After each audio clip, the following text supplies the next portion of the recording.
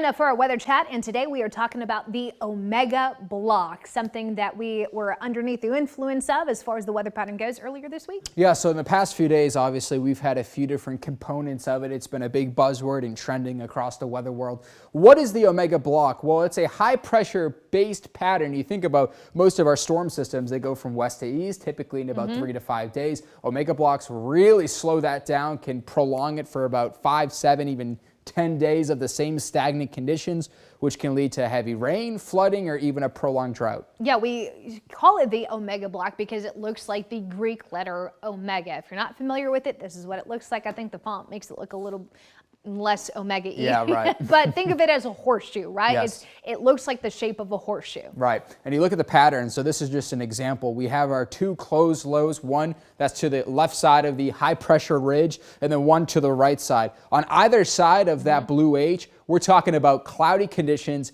usually heavy rain or mountain snow, and especially in the springtime, that can also spark severe weather. Yep. While that's happening, you head through Kansas all the way up to the Dakotas, and even here in central Texas, sunshine, warmth, and overall pleasant weather. And more often than not, when we talk about an upper level high pressure, an upper level ridge, we say block because it almost acts as a brick wall from anything moving west to the east. So when you think about that high, I mean, especially when we talk about the summertime, when that high sets up directly on top of us, it blocks anything and everything from getting to us, which sometimes can be beneficial rain from the north. Sometimes it can be tropical systems scooting up from the Gulf that we don't want to be moving in our wind. It deflects it to the northeast. So it's not always a bad thing, but it is something we can see occasionally. Yeah, and these lows, right, counterclockwise out toward the four corners, that gets into the clockwise flow with the high pressure, back to the counterclockwise flow. It's just so fascinating to see these different components all come together.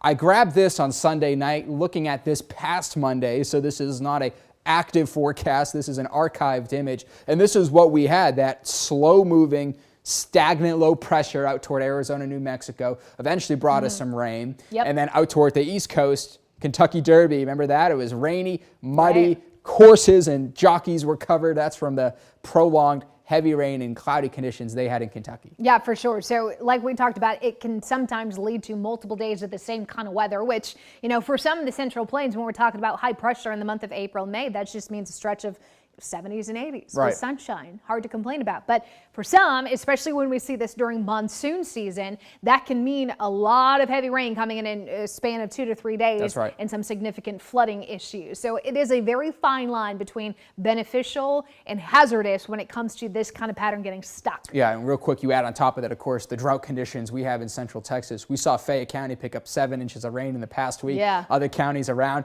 With that exceptional drought, not a great mix. Yeah, and it is something that we need to stretch out as long as we can when it comes to these showers and storms. As always, you can read more in-depth weather on the website, always at kxan.com.